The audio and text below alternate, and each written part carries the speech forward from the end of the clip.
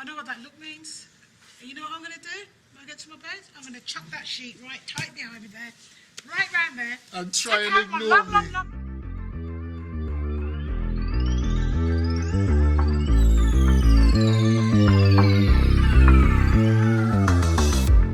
Hi, I'm Simon. I'm Joan. And we've been married for 23 years.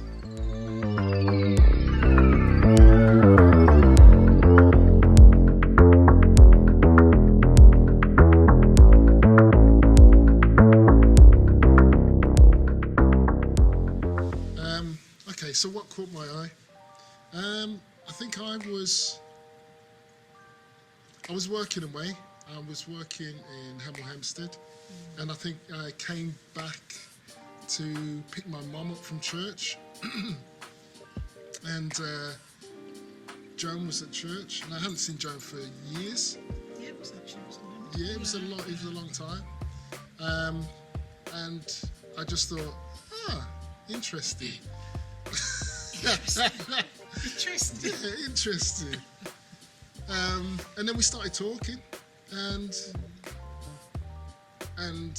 I realised then what I kind of already knew in the back of my mind, because funny enough, years before, I remember, and I don't know whether I've said this to you before, I remember you must have been about 18, so I was quite young, and I saw you, you were speaking at Highgate Church. Oh my God, yes. Exhortation You were time, doing, wasn't it? yeah. And I've always admired how you were, because you weren't churchy, and I don't know whether I should say that. I don't know how people take that. Churchy. But Joan's not typically churchy in the fact that she doesn't take herself seriously. And she knows what she believes. But, you know, we always got on, we've got a similar sense of humour, and I think that was really good. I think the time when I came back from Hemel, I'd grown up a bit, and when we saw each other, it just felt natural, and we got on. Same sense of humour. We spoke and we talked for ages, and I think from then, Just blossomed. yeah, blossomed. Do you want my version now? Okay, this is how the story goes, right? Everything is true, but obviously we see it differently. As I said previously, I was at the stage where I wanted to settle down. I was going to go to America to live, and this and that and whatever. But I remember the day like it was yesterday. I never ever forget it. Stop it. Go on. It was Father's Day, a sunny Sunday afternoon. Church had finished, and me and my friend was sitting in the car park actually, and just chilling out. And this car pulled up. So this is going to sound really like TV, but this guy stepped out of the car. If you know me, I've got a thing about shoes and churchmen's shoes. This sounds really weird. But I just saw this person step out of the car, and he had really nice shoes on, not steppers. And I'm showing my age, but back then people spent £150 in Capelita, Roma, buying the church shoes. Simon had on a nice pair of shoes, and I said to my friend, Sandra, who's that? And we were like, I don't know. And Simon got out the car, and we were like, where's Simon Ible? I bet you're joking. He just looked like some big man. I don't know what happened. He just looked completely different on that day. And I turned around and I said to my friend, I said, Sandra, watch this space. I went straight over to Simon, just chatting as normal. And I was having a bit of banter and stuff, and he's telling me he'd moved away. So I had said, I've just bought my house, and I live in this area. Give my number to Ruth to come along, which is Simon's sister. But Simon actually didn't give her the message at all, and just invited himself to my house. That's right. And it went from there. She never ever got the message to come to my house because he turned up. I think she forgot. I'm You never sure. gave her the message, I'm Simon. sure she forgot. You didn't. Okay. So that was it for me. Okay, how did we know we were ready to get married? I think, okay, for me, I think I think I knew probably more or less from the start, because when we met, Yeah. yeah, when we met, how long were we going out for? Up until we got married. Yeah, 2 years and a month. 2 years and a month. So we were courting for 2 years and a month before we got married. And I think right from the start, I met someone who I was really attracted to physically, mentally and spiritually. Is that a good answer? Very good. Okay, thank you. Now, for me, I think, for want of a better phrase, I've done the rounds in terms of work, career, bought my own house, holidays. I've done all what I wanted to do, but it was no fun doing it on your own. So I was definitely ready to marry. I knew what I didn't want more so than what I did want. It was very easy to separate the two. So, and knowing Si for so long, it was like we were friends anyway. So it was just easy. It wasn't that hard work. Yeah, because we've known each other for Years. years. Yeah. I think you were friends with Your sister? my sister before. Yeah, yeah. And We've done those together before. We went to Amsterdam. Remember the trip? yeah. Yeah. So okay. So that was a few years before. Years. We went on a church trip to Amsterdam with a lot of the other young people, and it's funny now looking back at those photographs, because we can see each other in those photographs, and we weren't It together. was different. Yeah, it was different. We were just good friends, and we got on so well. We weren't looking at each other in that way. Yeah. Yeah. There was issues, and the main issue was for everybody else, not for us. Okay, because we already knew what we wanted before letting other people's ideas and attitudes and what their perspectives on the relationship was sort of tried to take hold. And the only thing they could really have was the topic of age, because there's 5 years difference between Simon and I. So it was like, oh, what are you doing with this young guy? You know, you're a big sales manager, you're 20 whatever you are, and he's just coming through uni, and this. It was an age thing, because there was nothing else they could say really why we shouldn't be together. It was just for talking sake, wasn't it? It was all about the age. Yeah. Because back then, a 5-year difference of the woman being older than the man was a big deal. Whereas now, it doesn't really make any difference, but that was the topic. You know, it was weird, wasn't it? Yeah, it was weird. It was weird. But we didn't care less. No, but we knew what we wanted before anyway. Yeah. So it didn't bother us, but it was interesting how people tried to make a big thing out of the age. Yeah. Whilst they were doing that, we were getting on with our relationship. Well, and that was it. I think that was one of the things where we kind of realised.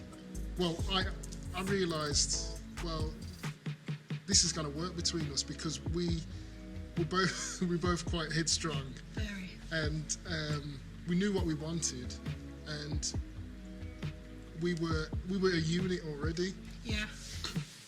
So it didn't matter what anyone said, because we were like, well, this actually feels right for us, and people can say whatever they want to say, but we know what we think, and we know where we want to go, where we're heading. Oh, the only other thing was my nan. Oh God. Okay, so my parents were from St. Kitts, Mine are Jamaican. and my nan was saying she saw Joan, lovely, everything Everything was nice. Oh, so where are her parents from? I says Jamaica. Not from St. Kitts.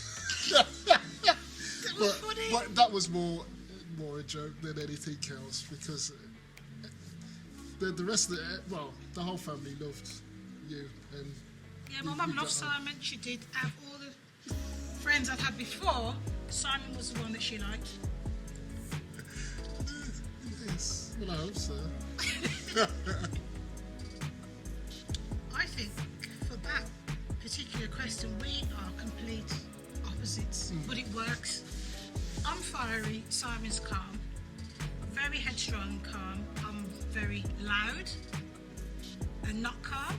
It just works. But I think there's a phrase, two bulls can't live in one pen.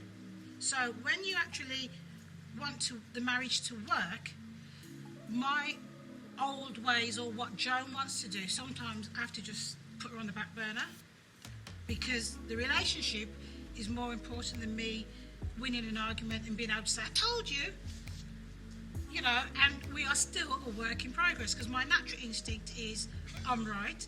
That actually hasn't changed, but because I want us to move further, you have to be mature. How you act when you first start out in a marriage, as you mature, is supposed to change if you want it to work. It's a desire for it to work that will make you want to change. Yeah, it's the desire for it to work more than the desire for you to be right. And conversely, even though Joan says, she's fiery and whatever, it's good because I might overthink something, and I might over-strategize something. That's just my nature. So while I'm over-strategizing, overthinking, Joan's lit the touch paper. So then I've got to go and sort it out because she's lit the touch paper, and it works really well for that. So you couldn't have two people who are exactly the same. That doesn't work. It's more like a jigsaw puzzle. It's got to be, you come in with your strengths and your weaknesses, and then you help each other with those strengths and those weaknesses, and I think that's how it works. I think for me, when I was ill, that's a long time to be ill, and it wasn't like a cold I had, do you know what I mean? This was a major cancer illness.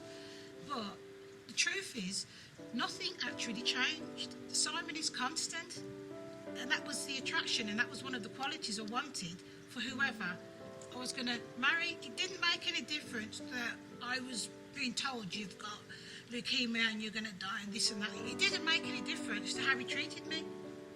I know, and it's quite ironic actually, because yesterday I saw a friend of mine and we were both ill at the same time, and I'll never forget it, because she was married, I was married. As soon as she got her diagnosis, her husband left her with 3 children, and I saw her yesterday. And I'll never judge him, because he just probably couldn't cope. Do you know what I mean? And that's the reality of life. He just couldn't cope. It was too much for him. But for me, when I was ill, nothing about Simon changed, because that was who I married. So I can't say, he went over and above and blah, blah, because I was ill. He did that anyway. He still does that. He was just constant, and that is what I like about him. I know where I'm at, and that's what I needed, and that's what I need, and that's the thing I love about you. Okay, so from my perspective, when we found out Joan was ill, it devastated me to the core.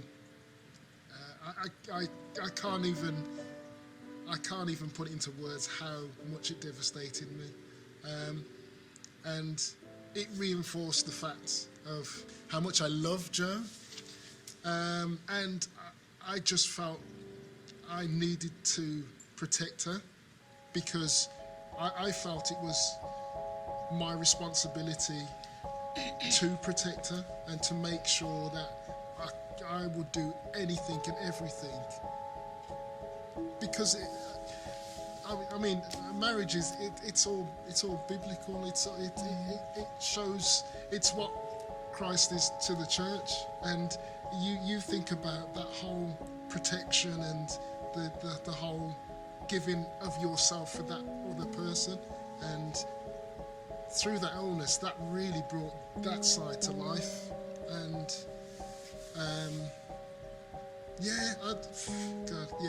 I can't bear it. I can't even bear to even talk about it. It just does. But going back to when I used to come to the hospital because Joan was in isolation for like long periods of time, and we used to just sit and watch films. You used to laugh at rubbish. Just laugh at rubbish all the time. That's But weird. that was therapy. Yeah, it was actually. That was therapy, and I'd say for anybody who's going through anything similar, find something that you can laugh about. Find something that you find enjoyable in common. It makes all the difference. Well, the highlight for me when I was ill, being in isolation, the most exciting part of my day was when Simon turned up. I always remember, it didn't matter whether I could only communicate with my eyes, because some days that was the only form of communication. I couldn't do nothing else. But Simon would turn up and tap the window, this big smile with his big teeth. Everything was nice. It didn't matter how much pain I was going through or whatever. Once Simon turned up, I was fine. And for 7.5 months during hospital, someone's coming every single day with the same smile on his face. And there's only one day you didn't come and it wasn't your fault. And I was traumatised. Oh my God. But you came every single day. You're just constant. You see, that's love. That's commitment. That's what being in a Christian relationship is all about. But I can't. You didn't surprise me because I knew that's who you were. And that's all I can say. I think it's easy. Do you? Yeah. How I just find it easy to love Simon. You know, it doesn't mean we're not going to argue and fallouts and stuff like that. But when you love someone, it's easy. It's hard work, but it's easy. And I think, I don't care what anybody says, when you're with the right person, you know there's a distinct difference. So that to me is what makes a difference. I don't find loving Simon hard. I actually love him more now than when I first met. I have more butterflies now than when we first met. His ways and whatever don't necessarily change, but I love him more now. And that makes it it's just easy. You're not hard work. Yeah, I think at the end of the day, it is a decision. Every day it's a decision. But we're really good friends. I think that's part of it. We're really good friends. We do a lot of stuff together. We like to do stuff together. We like to be with each other. I mean, we like our time apart with our friends and by ourselves and stuff like that. But I couldn't have married or been with somebody who I wasn't first really good friends with. And I think just coming back to how did we know that, how did I know that Joan was the right person for me? I think it's just the fact that we are such good friends and we had such a good vibe. We talked, we laughed, we did a lot of laughing. And we still do. And we still do. Yeah. And it's all, I think people underestimate, humour and laughter and stuff like that. When you were ill, we were doing a lot of laughing. Of course, do you remember? I used to bring down films and we used to sit there and laugh in the hospital. And, things like that make a massive difference. You can't be in a relationship without, you show all sides of yourself. Yeah. The vulnerable, the laughter, so you've got to really be with somebody who you can be yourself. That's the thing. I think probably when I really realised you were the one was I knew that I could be myself, and that made a massive amount of difference. I wasn't faking who I was. I wasn't putting on a mask. I was just me, and Joan likes me for me. That's freedom. Yeah. In terms of marriage preparation, intimacy, relationship, sex and all of that before we were getting married, in all honesty, there was none. There was about 2 sessions sort of skimming around. Yeah. Are you working? Have you got a house? Nothing about the sexual part, intimacy. Yeah. In fact, what happens? What do you do? Yeah. How are you assuming we know? Do we know? Yeah. Don't we know? I think Yeah. a lot was kind of left back in those days to the couple. I mean, I have no idea what it's like now, and I hope it is a lot better. But I mean, we're talking about the mid to late 90s. Yeah. We got married in 97, and you know, we've got lovely. Well, we had lovely pastors back then. You know, wonderful pastors, but. We just didn't know how to approach it. Yeah, I don't think they knew how to approach it, to be honest. It's quite sad, really. Yeah, it is quite sad, and I think for people who just didn't have a clue, I don't know what happened on their marriage night. I have no idea. What was on TV? That's what went on. You watch TV and you look at what's on TV and you do your version of what you see, whether it's right or wrong. That's what TV you're. But I don't know. We never had what there was to know. Never heard of love languages and all of that. Never heard of it. Didn't know. So yeah, so from a church perspective, yeah, how do we prepare from that? I don't know. Not from a church, from common sense. I don't even know how to answer that. And the fact that we don't know how to answer tells you how much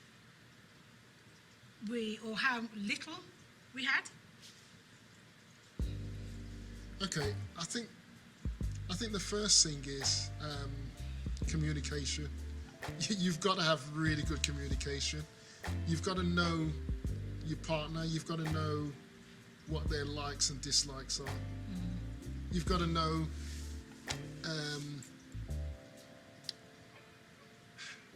Okay, sometimes you can think, oh, my partner must be going off me if they're not feeling the same way sexually, but it's not. So when you have a conversation and you find out, oh, I've not been feeling well, it's nothing to do with you, then you kind of work out, okay, so sometimes I might have built up something huge in my mind where it's not that, and you'd only find that out once you have a conversation. Yeah. For me, I don't know. I think sometimes I don't know if it's a woman thing or whatever. I've got kids, tired. Sometimes I can't be bothered. And sometimes in my head I'm thinking, yeah, this is it. And then by the time I turn around, I'm knackered. I'm fast asleep. I don't know what happened. You know, Simon will have this look on his face, and I'm like, I know what that look means. And you know what I'm going to do? When I get to my bed, I'm going to chuck that sheet right tight behind me there, right round there. And try and take out ignore my me. long nightie. That's a sign we're not friends, right? We're not friends. But then it changes. And the really ugly headscarf comes on, and that's when I know. You're cheeky, you know. Let's go. But yeah, I don't know. you've really just got to communicate. And marry the right person that you are attracted to. Yeah. I cannot imagine trying to be intimate with somebody you don't love, you don't fancy, you're not attracted to them physically, spiritually, mentally. I don't know how that works. And I don't know. that's the thing. People still call us a young couple, and I take that. Yeah. I take that all the time. Because we're no spring chickens. I am. But Speak okay, for you yourself. was a spring chicken. But the thing is, it's how you. I remember my nan and granddad. They were in their 90s, and they were such a loving couple. They were holding hands. They were always holding hands, and so that gave them an aura of being a lot younger than they were. And I think that's how we are. We're always holding hands. We go out places all the time and we're always holding hands. I think it's fun, and sex and intimacy, the world makes it a dirty subject. Yeah. That's the issue. It's dirty if you base it on social media and the world and everybody else. Well, it's not. It's not at all. know? It's all part and parcel of life, and I think it's a really important part. If you've got that part missing, it's not going to work. It's part of the jigsaw puzzle. You've got to have all the pieces, and as Joan says, you've got to enjoy your partner. You've got to fancy them. I still class us as boyfriend and girlfriend.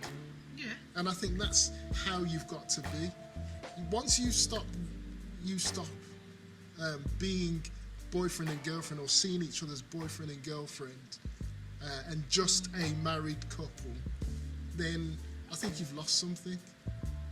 And you always need to have that spark, and always doing things for each other. And we like to go places. We like to travel and do all sorts together, and that really helps. Yeah. That intimacy as well. For me, I feel complete. I don't feel lonely. And you can be in a marriage and be lonely. I don't feel lonely. I feel complete. I just feel content. I feel safe. I know Simon's got my back, spiritually, physically, financially, in every which way. I just feel so safe, secure, and it's a privilege to be Simon's wife. I absolutely love being your wife. I do, even though I carry on sometimes. And she does. She does carry on. Well, God I love it. knows. Yeah, I love it. What? I don't know. That's really nice to hear. Yeah, No, it is really nice to hear. Thank you, darling. you're welcome. What was the question again? Can't remember. No. I'm just going to that thing about thinking about you. Best things about marriage. Okay, I was looking. This was yesterday, actually. I was just looking back on some photographs. We've got 3 boys, and I was just looking back on the photographs and just looking at when they were little to looking at the big grown men that they are now, and I was working actually, and it took me out of what I was working on, and I just felt so grateful looking at these pictures, looking at me and Joan on holiday and the kids, and just being able, I just felt grateful to have the unit that I have. It's difficult to explain it to someone who's not experienced that or doesn't have that. Even when the boys are going crazy and fighting and they're outside and making up noise, and I'm trying to do a Zoom call, and They're punch up. yeah, and then Joan's getting up because the Wi-Fi's down, and you know what? I just love it. I don't love that. I love what I do love. What I do love is the fact that I feel really blessed to have Joan, have the kids.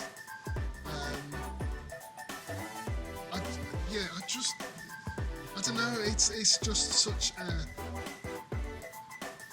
a nice feeling that you've got someone who feels the same way about you. Because I don't know.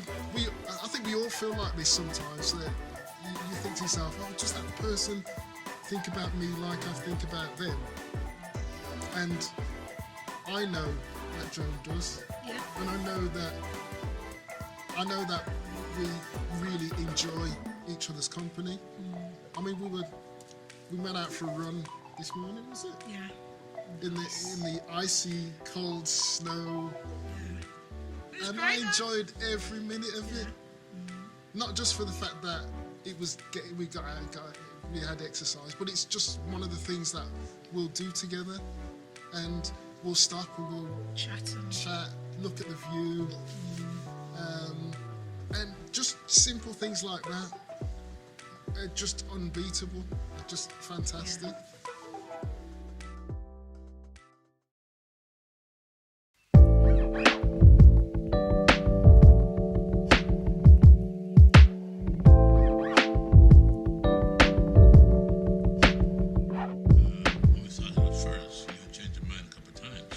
So you have to bring that up, innit? Yeah, because it doesn't make sense. That doesn't make sense, isn't it? No, it doesn't have to make sense. People don't know none about this. Why do you have to bring it up? It's nice.